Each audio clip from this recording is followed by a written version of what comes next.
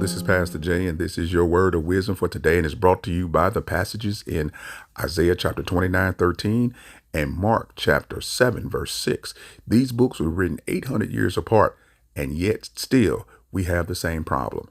We honor God with our lips, but our hearts are far from him. You say, Pastor, what do you mean?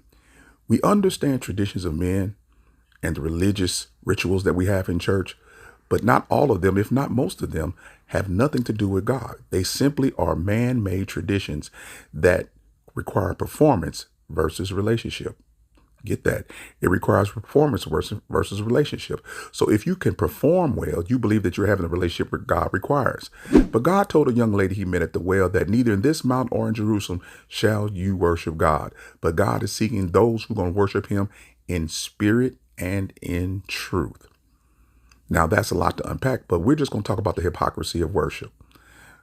In our churches, just like the Israelites, there is some hypocrisy.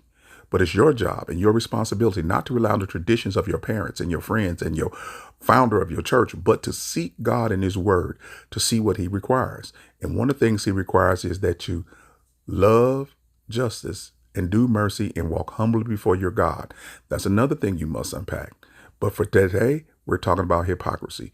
Now let's do practical. There are people in your life that honor you with your lips in your ministry or what you want to do, but their heart is not far from you. What they want to do is say the right things, but never do the right things. They want to be there if you're successful, but talk about you behind your back when you're not. So be wary of those people who live their lives in total hypocrisy. They're fork-tongued, they're double-tongued, and really what fuels them is their own ambition.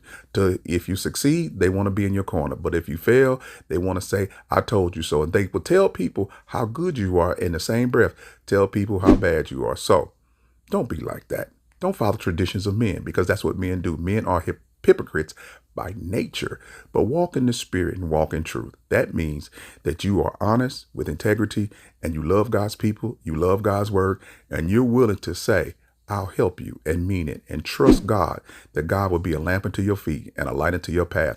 So you won't have to be the hypocrite and honor him with your lips, but your heart be far from them. This is Pastor Jay. Like, subscribe, and share, and I'll see you on the other side. Peace.